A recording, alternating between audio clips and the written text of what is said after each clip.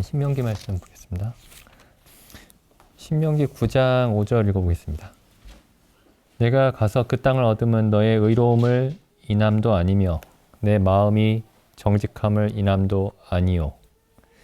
이 민족들의 악함을 인하여 내 하나님 여호와께서 그들을 내 앞에서 쫓아내심이라. 여호와께서 이같이 하시면 내 열조 아브라함과 이삭과 야곱에게 하신 맹세를 이루려 하심이라. 그래서 하나님이 이제 그 이스라엘 백성에게 가나안 땅을 주시면서 이 가나안 땅을 주신 이유가, 그 근거가 이스라엘 백성의 의로움에 있지 않다. 이스라엘 백성의 그 마음의 정직함에 있지 않다. 이렇게 말씀하시죠. 그리고 가나안 족속의 악함 때문에 이렇게 하신 것이다. 그 첫 번째 이유고, 두 번째 이유는 아브라함과 이삭과 야곱에게 하신 맹세를 이루려 하심이라. 두 번째 그 이유입니다. 근거죠. 그 다음에 좀 더 말씀을 하시죠. 여기까지는 이제 너의 의로움을 인해서 이 땅을 주신 것이 아니다. 이렇게 말씀하셨는데, 그 다음에는 좀 더 구체적으로 말씀하십니다. 6절에 그러므로 내가 알 것은 내 하나님 여호와께서 내게 이 아름다운 땅을 기업으로 주신 것이 내 의로움을 인함이 아니니라. 너는 목이 곧은 백성이니라. 그러니까 의롭지 않다라는 말의 그 반대편은 이제 악하다죠. 악하다. 이스라엘 백성이 악하다. 너희는 오히려 악한 자들이다. 완악한 자들이다. 이렇게. 너희가 완악함에도 불구하고 하나님이 아브라함과 이삭과 야곱에게 하신 맹세를 이루기 위해서 가나안 땅을 주신 것이다. 이제 이스라엘 백성이 악하다라는 그 사실을 이제 더 구체적으로 말씀하시죠. 7절에 보시면 너는 광야에서 내 하나님 여호와를 경노케 하던 일을 잊지 말고. 이스라엘 백성이 하나님을 경노케 하던 자들이었습니다. 하나님의 진노를 불러일으키는 사람들이었죠. 그러니까 하나님이 화를 잘 내시는 분이라 그런 게 아닙니다. 구약 성경을 보면 이제 하나님이 진노하신다라는 그런 표현들이 굉장히 많이 나오니까 사람들이 막연하게 자세히 읽지 않으면 그냥 하나님은 화가 많으신 분인가 보다 뭐 이렇게 생각할 수 있어요. 그런데 하나님의 그 진노는 공의로운 겁니다. 그러니까 너무 예민하게 아주 작은 죄에도 막 예민하게 그러신 게 아니고, 하나님이 진노하지 않으시면 하나님은 의롭지 않으신 분이세요. 그러니까 하나님의 의로우심에 합당한, 하나님의 진노가 하나님의 의로우심에 합당한 것이었죠.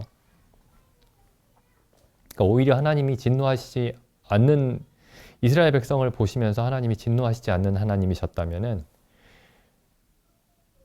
우리는 사실 그런 하나님을 상상할 수가 없습니다. 그럼 이 세상이 하나님이 창조하신 세상 자체가 불의한 세상이 되는 거죠.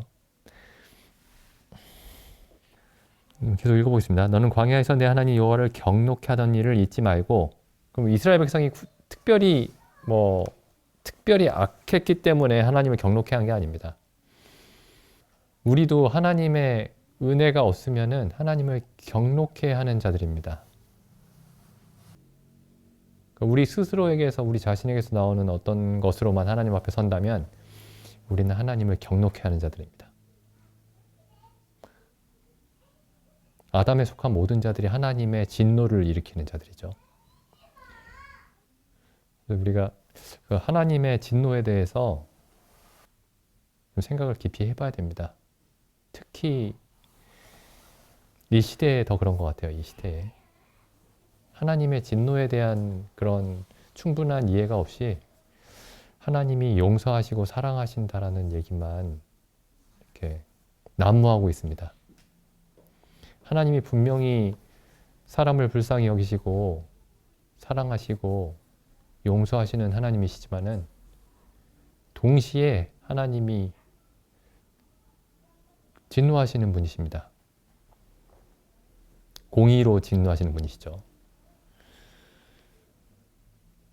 하나님이 왜 진노하시는지를 이해를 해야 됩니다. 마땅히 우리가 하나님의 진노를 받아 마땅한 자들인데 그 마땅한 진노를 면하게 해주신 게 하나님의 은혜죠.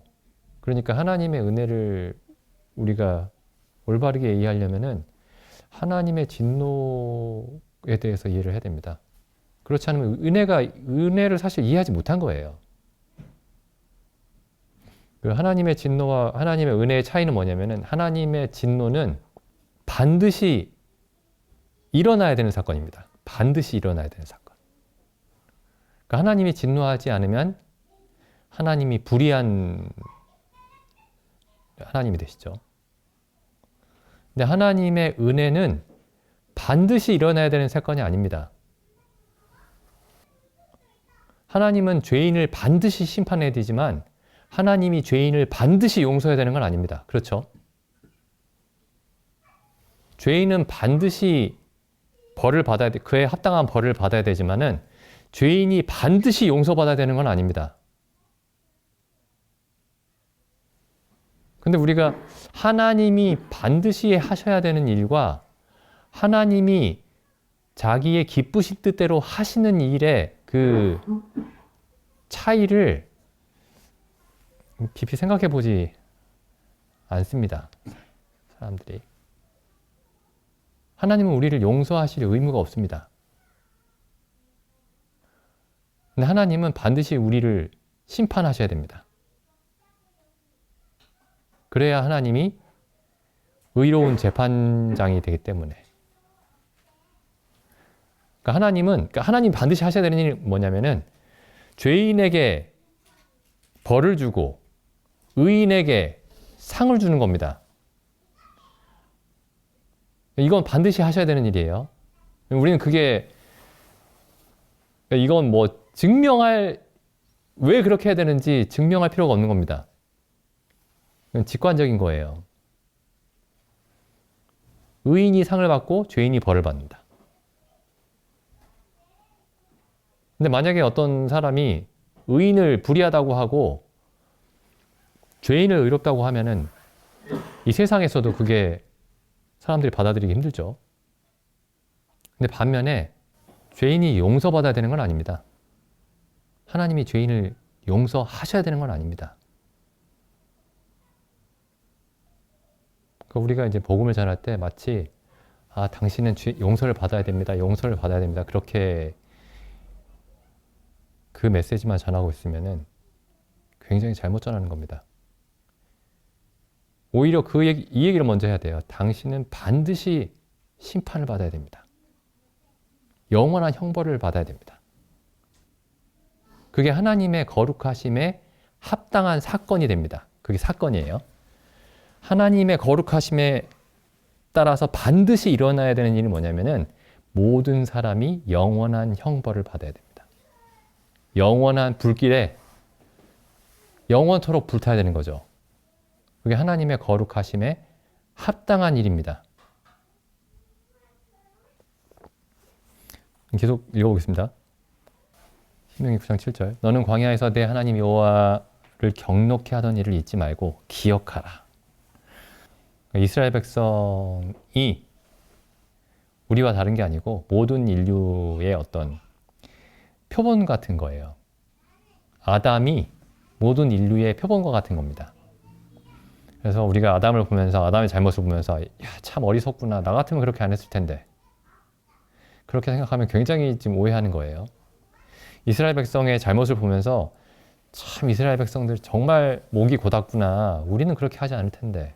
그럼 우리가 굉장히 잘못 이해하는 겁니다.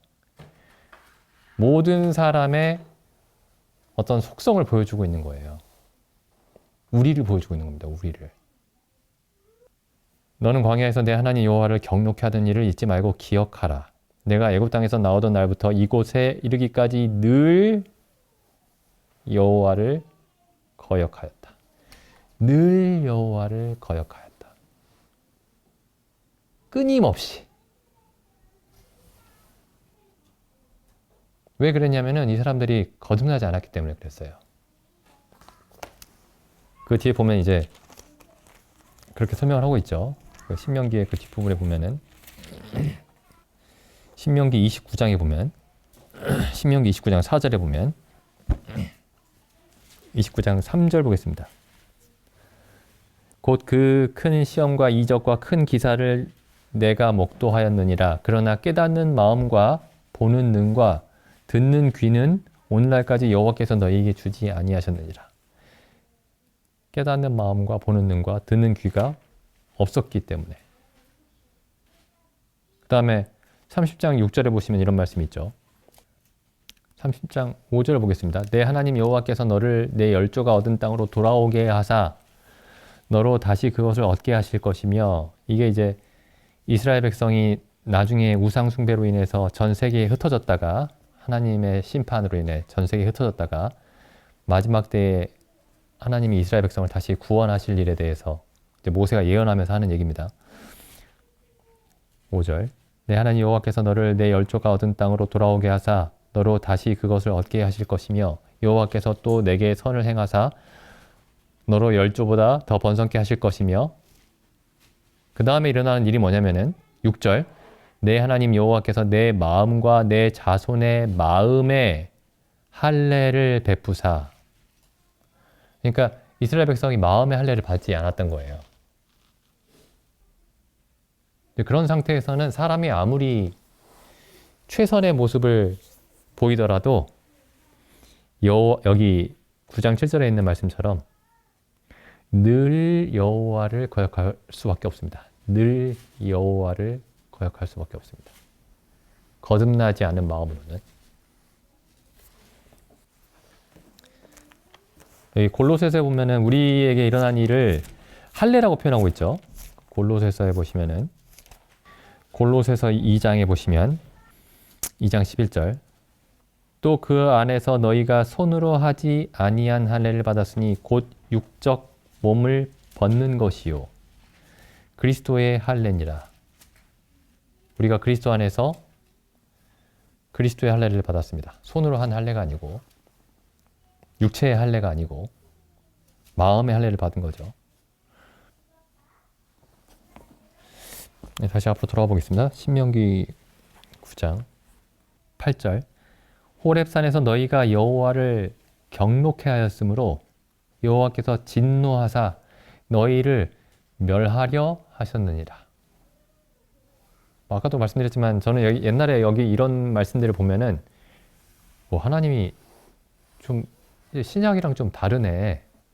신약에서는 사랑의 하나님인데 자꾸 이렇게 이스라엘 백성을 다 죽이려고 하시는구나. 이 하나님이 신약의 하나님입니다. 똑같은 하나님이에요. 그렇게 또 동일한 하나님이기 때문에 우리를 구원하시려면 하나님이 어떻게 하셔야 되냐면은 내가 그냥 통 크게 죄 용서해 줄게. 이렇게 하실 수가 없는 겁니다. 하나님 우리를 구원하시기 위해서 하신 일이 뭐냐 하면은 잘 아시지만은 아들을 하나님의 독생자를 하나님이시죠. 아들 하나님, 창조주 하나님 이 사람이 되어 오셔서 아버지 하나님의 모든 저주와 진노를 다 받으셔야만 했던 겁니다. 지금 이 신명기 9장 8절에서 나와 있는 이 하나님과 동일한 하나님이에요. 갑자기 진노가 누그러뜨려진 게 아닙니다. 그 진노가 그리스도께 쏟아진 거예요.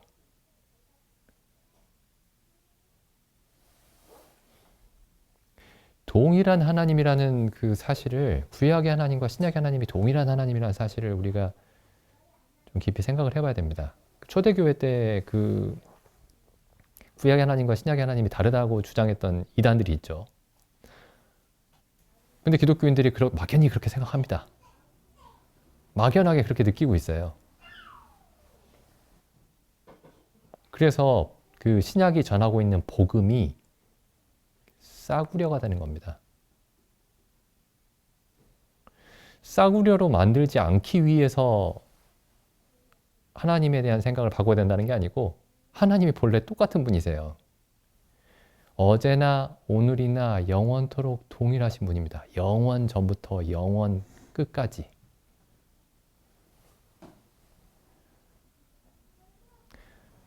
여기 9장 8절 다시 보시면은 굉장히 무서운 얘기죠. 이 호렙산에서 신의 산이죠. 호렙산에서 너희가 여호와를 경노케 하였으므로 여호와께서 진노하사 너희를 멸하려 하셨느니라. 이스라엘 백성을 한순간에 다 죽이려고 하셨습니다.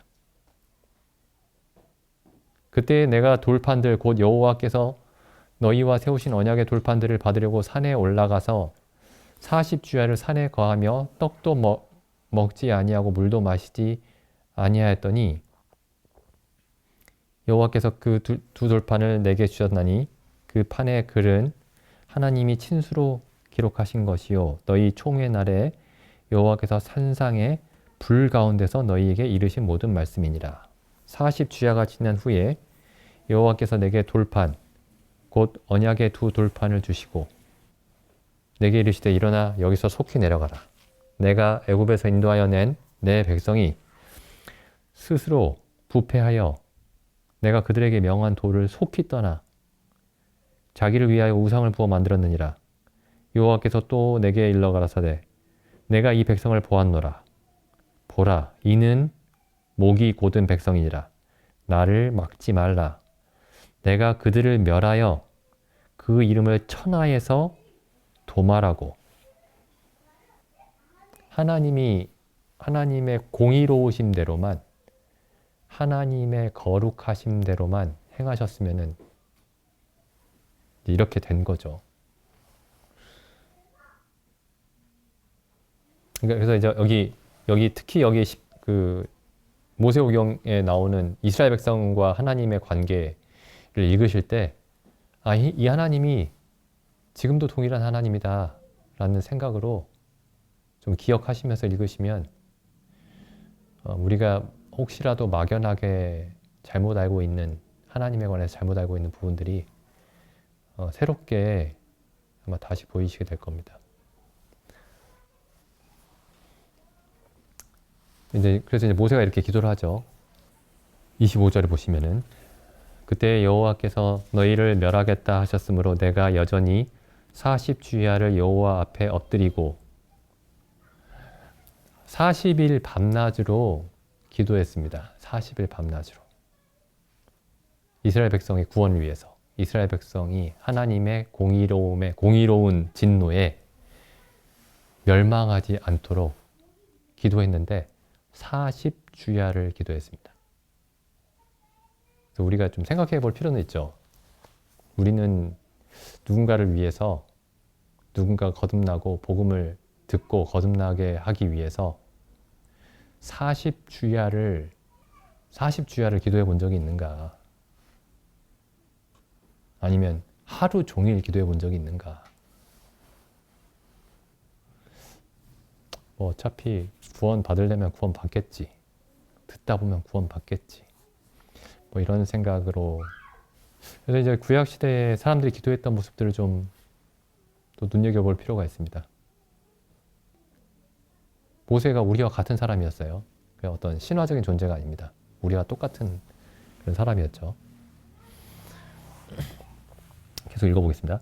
26절 여호와께 간구하여 가로되 주 여호와여 주께서 큰 위엄으로 속하시고 강한 손으로 애굽에서 인도하여 내신 주의 백성 곧 주의 기업을 멸하지 마옵소서.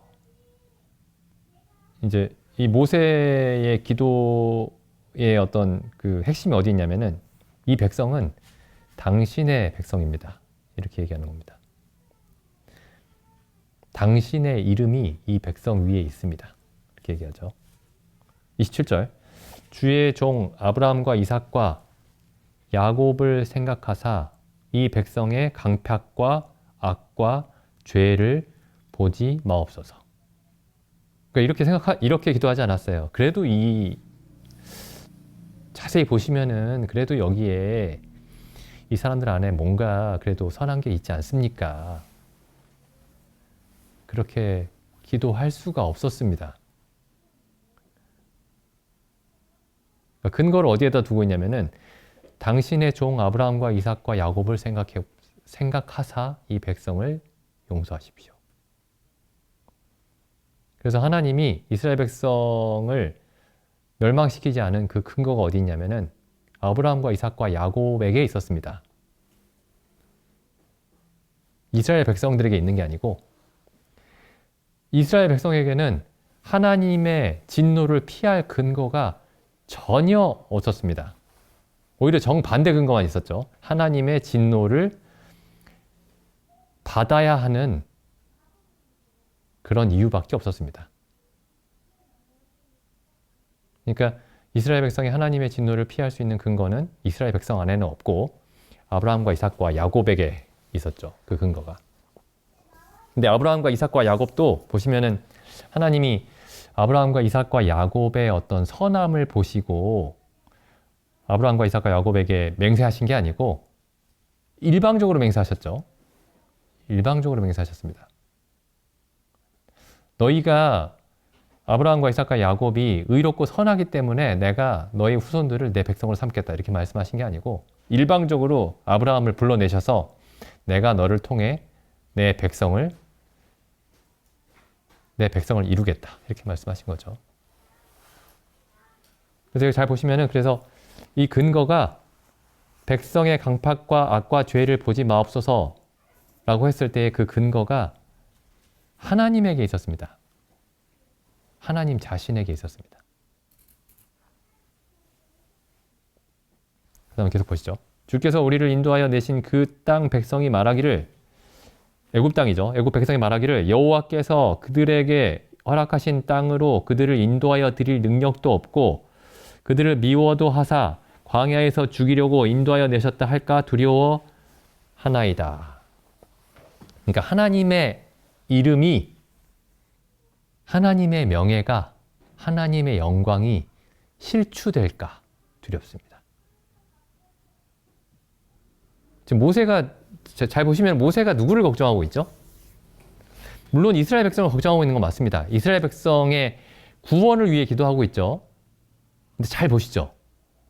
여기 굉장히 중요한 사실이 있습니다. 우리가 누군가의 구원을 위해서 기도할 때 모세가 이스라엘 백성의 구원을 위해서 기도할 때 사실은 이스라엘 백성을 위해서 기도한 것이 아니고 하나님을 위해서 기도했습니다. 하나님을 위해서. 그런데 지금 우리가 잘못하면은 아니죠. 이렇게 하는 경우가 굉장히 많아요. 내가 아는 사람들, 뭐 우리가 복음을 전하는 사람들, 뭐 우리가 아끼는 사람들의 구원을 위해서 기도할 때 그 사람들 위해서 기도합니다. 그냥.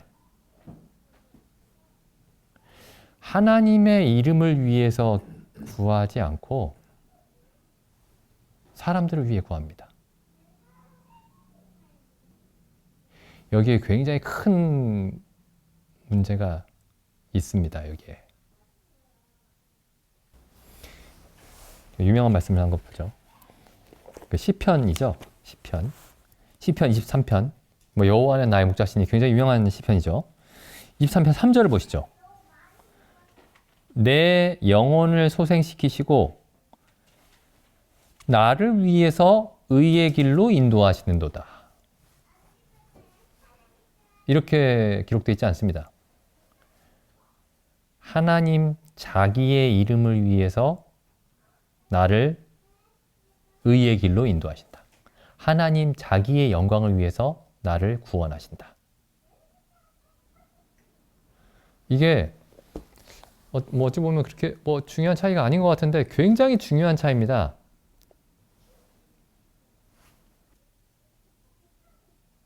이제 사람들이 이제 복음을 전한다고, 그러니까 19세기에 이제 사람들이 이제 복음주의 전성기라고 불러요. 19세기를 기독교 그 역사가들이 복음주의 전성기라고 부릅니다. 그래서 우리가 뭐 익히 알고 있는 뭐 스펄전이나 무디나 뭐 이런 사람들이 이제 19세기에 이제 일했던 사람들이죠. 그때 이제 그리고 사람들이 그 복음을 전할 때 우리가 사실 뭐 이분들을 뭐 전기를 조금씩만 읽어봐도 뭐 지금이랑 완전히 다릅니다. 그런데 이제 이때의 이 모습을 겉으로만 잘못 보면 어떻게 보이냐면은 사람들을 지옥에 가지 않고 천국에 가게 하는 그 일이 복음을 전하는 일이라고 생각하기 쉽습니다. 그래서 많은 사람들이 지옥에 갈 뻔했는데 그때 많은 사람들이 구원을 받아서 지옥에 가지 않고 천국에 가게 됐다. 뭐 이렇게 생각하기가 쉬워요. 근데 한번 생각해 보시죠. 하나님의 하나님이 사람을 구원하시는 목적이 뭘까요? 그러니까 우리는 이제 구원하는 게 목적이라고 생각합니다. 구원하는 게. 지옥에 가지 않고 지옥에 갈 사람들을 지옥에 가지 않고 천국에 가게 하는 게 목적이라고 생각을 해요. 그래서 많은 사람들이 내가 죄사함 받았습니다. 내가 이제 지옥에 가지 않고 천국에 갈 확신이 있어요. 뭐 이렇게 얘기하는 사람들이 많아지면은 뭐 굉장히 어떤 좋은 일들이 일어난 것처럼 생각할 수 있습니다.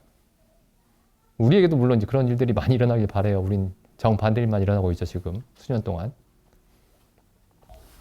근데 성경을 보면은 그 구원이 목적이 아니고 구원하신 목적이 있습니다. 그러니까 지옥에 가지 않고 천국에 가는 게 목적이 아니고 우리를 죄에서 용서하신 그 목적이 있습니다. 그게 더 중요하죠. 우리가 이걸 놓치면 안 됩니다. 그 구원하신 목적이 뭐냐면은 그 에베소서에 나오죠. 1장 6절. 이는 그의 사랑하시는 자 안에서 우리에게 거저 주시는 바 그의 은혜의 영광을 찬미하게 하려 하심이라. 12절.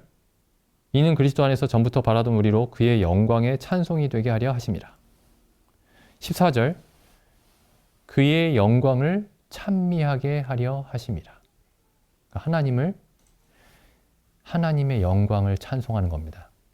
그러니까 구원이라는 게 뭐냐면은 지옥의 형벌을 피해서 지옥의 고통을 피해서 고통이 없는 곳으로 옮겨지는 게 아니고 하나님의 영광을 보게 하는 겁니다. 그러니까 우리가 이제 이걸 항상 생각하면서 복음을 전해야 됩니다.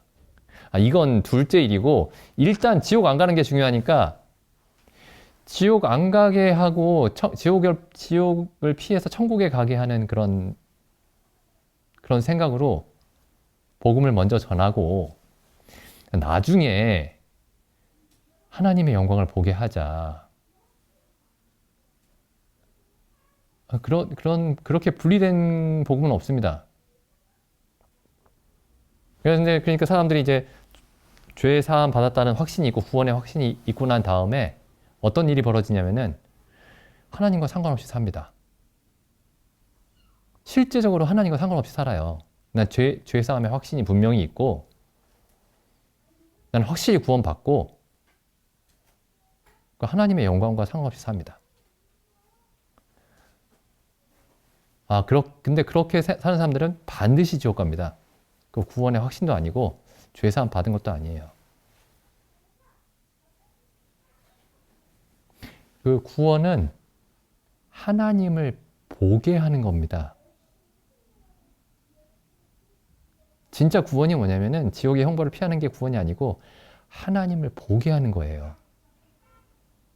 근데 우리가 이제 전에 잘못했던 일들이 뭐냐면은 죄 용서받았다는 얘기만 계속 한 거예요.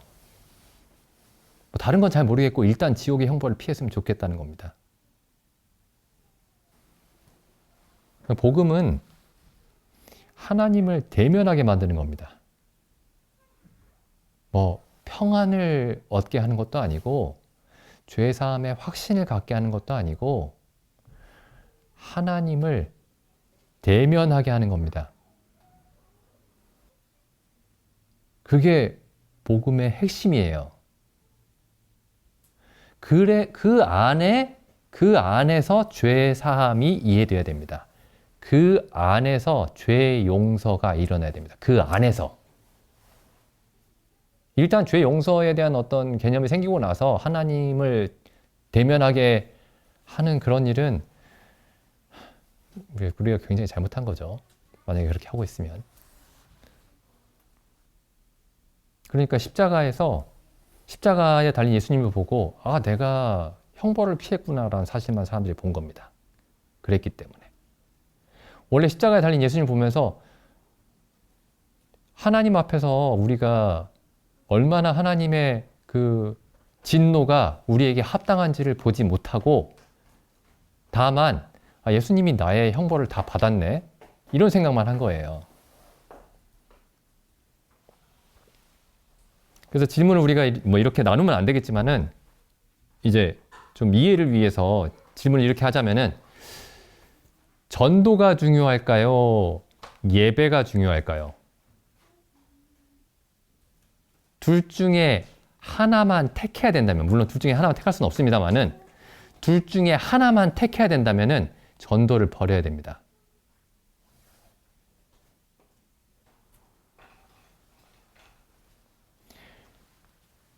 우리가 전도를 해서 사람들을 전도해서 복음을 전해서 그 사람들을 왜 전도를 하냐면은 하나님을 경배하는 사람들로 만들기 위해서 전도를 하는 겁니다.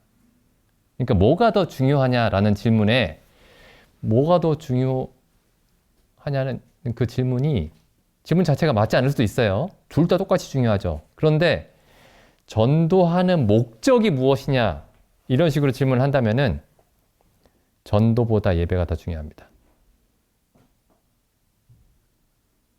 우리가 평생 아무에게도 복음이 전해지지 않는다 할지라도 우리는 하나님께 경배하면서 사는 걸로 만족해야 됩니다. 거기 나와 있죠. 이사야 6장에 천사들이 하는 스랍 천사들이 하나님께 드리는 경배가 있죠. 거룩하다. 거룩하다. 거룩하다. 만군의 여호와여. 그 영광이 온 땅에 충만하도다. 하나님을 보게 하는 게 복음입니다. 그래서 고린도 후서에 보면 그래서 제가 예전에 이제 형제교회에 있을 때에 이제 복음은 죄사함이야 이렇게 들었어요. 그게 아주 틀린 얘기는 아닙니다만은 굉장히 중요한 얘기지만은 그런데 이상하게 그렇게 직접적으로 죄사함을 얘기하지 않고 다른 말들로 복음을 설명하는 성경 구절들이 너무 많은 거예요. 계속 이상하다고 느낀 겁니다. 그리고 그 말들을 계속 죄사함으로 바꿔요. 그래야 내가 이미 알고 있는 그 복음과 성경이 얘기하고 있는 복음이 일치하니까 제가 알고 있는 그 말들로 자꾸 바꿉니다. 그 중에 하나가 이거죠. 고린도 후서 3장 보시면은 4장이죠. 고린도 4장. 우리가 굉장히 잘 아는 말씀입니다. 만일 우리 복음이 가리웠으면 망하는 자들에게 가리운 것이라. 그 중에 이 세상 신이 믿지 아니하는 자들의 마음을 혼미케 하여 그리스도의 영광의 복음의 광채가 비치지 못하게 함이니 그리스도는 하나님의 형상이니라. 그래서 복음을 뭐라고 설명하고 있냐면 그리스도의 영광의 복음이라고 설명합니다. 그리스도의 영광의 복음. 죄사함의 복음 아닌가요? 그 다음 보시죠. 6절. 이게 복음이 사람들이 깨닫는 그 과정을 그 창세기 1장이 예표로 보여주고 있는 겁니다. 4장 6절에 보시면 어두운 데서 빛이 비추리라 하시던 그 하나님께서 예수 그리스도의 십자가를 통한 죄 사함 받은 사실을 우리에게 깨닫게 하셨느니라. 그렇게 말씀하지 않습니다. 물론 그 사실이 들어있겠죠. 당연히 들어있죠. 분명히 들어있습니다. 그런데 그것보다 훨씬 큰 얘기라고, 그것보다 훨씬 근본적인 얘기를 하고 있습니다. 그게 뭐냐 하면은 그 빛은 예수 그리스도를 통해서 하나님을 보게 하는 겁니다. 하나님을 보게 하는 거예요. 그러니까 이사야서 6장에서 이사야 선지자가 하나님을 봤죠. 한번 가보겠습니다. 이사야 6장 1절 보겠습니다. 우시아 왕의 죽던 해에 내가 본즉 주께서 하나님이 높이 들린 보좌에 앉으셨는데 그 옷자락은 성전에 가득하였고 스랍들은 모셔 섰는데 각기 6날개가 있어 그 둘로는 그 얼굴을 가리었고 그 둘로는 그 발을 가리었고 그 둘로는 날며 서로 창화하여 가로되 거룩하다 거룩하다 거룩하다 만군의 여호와여 그 영광이 온 땅에 충만하도다. 이같이 창화하는 자의 소리로 인하여 문지방의 터가 요동하며 그 집에 연기가 충만한지라. 야, 이게 사람 손으로 만든 집이 아닙니다. 하늘이죠, 하늘. 하늘에 있는 성전이 요동을 합니다. 신의 산만 녹아내리는 게 아니고 하늘에 있는 성전이 요동합니다. 그리고 연기가 가득한 거죠. 그래서 하나님을 봤어요. 어떤 일이 벌어지죠?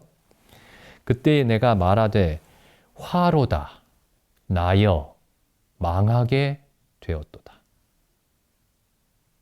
이게 우리가 전도의 시작입니다. 하나님을 보게 해서 내가 죄의 용서를 받았구나 그게 아니고 거룩하신 하나님 앞에 서게 해서 그 사람으로 하여금 화로다 나여 망하게 되었도다. 나는 입술이 부정한 사람이요 내가 하는 말이 다 악하고 더럽고 가증스럽다. 내가 하는 모든 생각이 하나님 앞에 진노받아 마땅한 그런 생각들이었구나. 나는 입술이 부정한 사람이요 입술이 부정한 백성 중에 거하면서 그러니까 자기가 부정한 사람이고 또 세상의 모든 사람이 부정하구나. 근데 이 과정이 없이 용서받았다. 이렇게만 가는 거죠. 그 다음에 일어나는 일이 죄 사함입니다. 그 다음에 일어나는 일이. 6절에 때에 그 스랍 하나가 화저로 단에서 취한 바 핀 숯을 손에 가지고 내게로 와서 날아와서 그것을 내 입에 대며 가로되 보라 이것이 내 입에 닿았으니 내 악이 제하여졌고 내 죄가 사하여졌느니라. 근데 우리는 이제 7절만 얘기하죠. 사람들이 7절만 얘기합니다.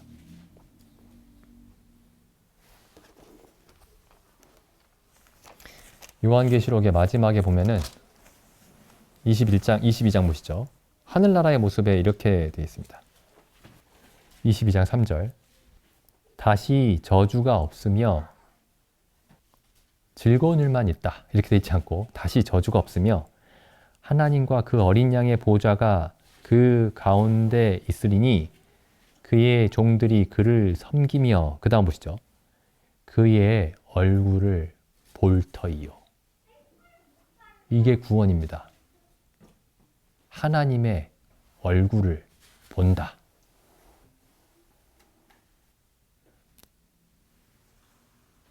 그래서 물론 우리가 이제 그 죄 사함의 논리를 전해야 됩니다. 분명히 전해야 되죠. 근데 그 죄 사함의 논리에 근본에 뭐가 있어야 되냐면은 하나님의 거룩하심이 있어야 됩니다. 그리고 어느 정도는 그걸 우리가 느끼게 해줘야 됩니다. 말로도 설명을 열심히 해야 되겠지만은 느끼게 해줘야 됩니다. 어떻게 느끼게 하냐면은 이렇게 돼 있죠. 고린도 후서 6장 16절부터 읽어보겠습니다. 하나님의 성전과 우상이 어찌 일치가 되리요? 우리는 살아계신 하나님의 성전이라. 우리는 살아계신 하나님의 성전이라. 우리가 성전입니다. 근데 구약의 성막과 성전의 그 그림들을 좀 머릿속에 떠올려 보실 필요가 있습니다. 성막을 생각해 보시죠. 성막. 번제단이 있죠. 그리고 천막 안에 들어가면 빛이 하나도 없습니다. 빛이 전혀 없고 그 안에 촛불이 있죠. 등대가 있습니다. 사면 벽이 금으로 되어 있죠. 그리고 위에 천정은 그룹 천사가 수놓아져 있습니다. 그러니까 천사들이 내려다보고 있는 거예요. 그렇죠? 빛이 하나밖에 없습니다. 금 등잔에서 그 감람유를 연료로 해서 타고 있는 그 불빛. 근데 우리가 그 성전입니다. 그 수많은 천사들이 내려다보고 있는 가운데 빛은 하나님의 빛만이 비추고 있는 곳에 우리가 있고 우리가 그 성전인 거죠. 하나 보시죠.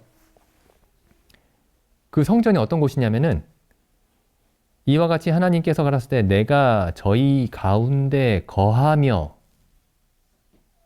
하나님이 그 가운데 거하시며 하나님 우리 가운데 거하시며 두루 행하여 그 가운데서 행하고 계시며 나는 저희 하나님이 되고 저희는 나의 백성이 되리라 하셨느니라. 7장 1절 보시죠. 그런즉 사랑하는 자들아 이 약속을 가진 우리가 하나님을 두려워하는 가운데서 거룩함을 온전히 이루어 육과 영의 온갖 더러운 것에서 자신을 깨끗게 하자. 여기 보시면 이런 말씀 있죠. 우리가 하나님을 두려워하는 가운데서. 왜 두려워하죠? 죄 용서를 다 받았는데.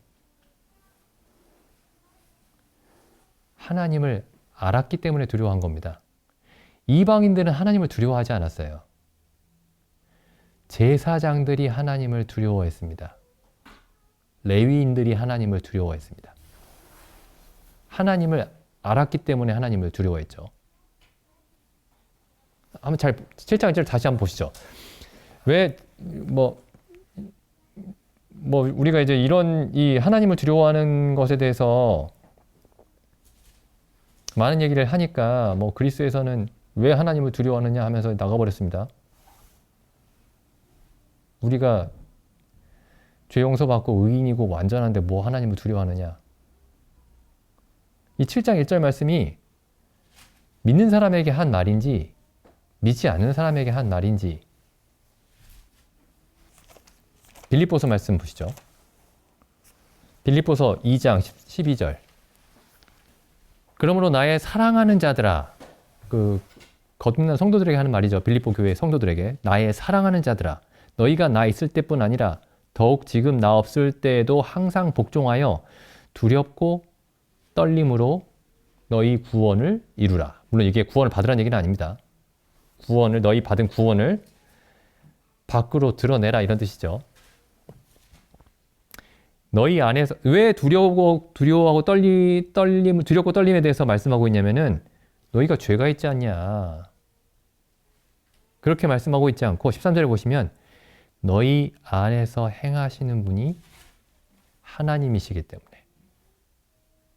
거룩하다, 거룩하다, 거룩하다 만군의 여호와여 라고 천사들이 끊임없이 찬송하는 그 하나님이시기 때문에 그럼 우리가 하나님이 거룩하시다 라는 걸 말로도 부지런히 설명을 해야 되겠지만은 우리가 두려워하는 모습을 보일 필요가 있습니다. 연기를 하자는 게 아니고 실제로 우리가 하나님을 두려워하는 그런 마음을, 그런 의식 속에 살 필요가 있는 거죠.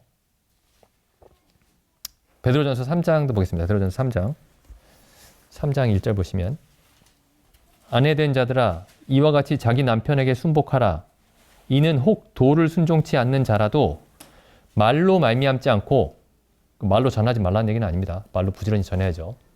말로 말미암지 않고 그 아내의 행위로 말미암아 구원을 얻게 하려 함이니 그럼 이 아내의 행위가 어떤 행위일까요?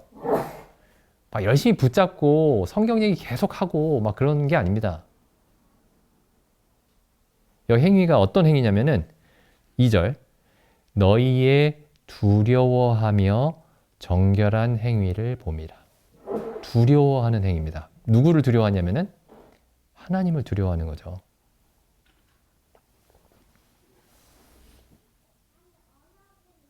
그래서 하나님을 두려워하는 우리가 하나님이 두려운 분이구나라는 거를, 혹은 적어도 이 사람들이 하나님을 두려워하는구나. 자신들이 믿는 그 신을 두려운 분이라고 생각하고 있구나. 라는 걸 사람들이 느낄 필요가 있습니다. 근데 그걸 이제 참되게 하지 못하니까 옛날에 그 중세 때 했던 일이 뭐냐면은 건물을 만들었어요. 예배당을 크게 짓고 스테인드 글라스로 건물을 어둡게 해서 묘한 색깔의 빛이 그 실내로 비쳐 들어오게.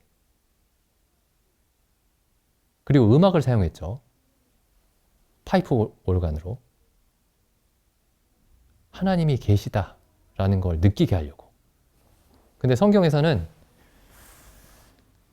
우리의 행위로, 우리가 성전이기 때문에 우리의 행위가 하나님의 거룩하심을, 하나님의 두려우심을 느끼게 해야 된다고 그렇게 말씀하고 있습니다.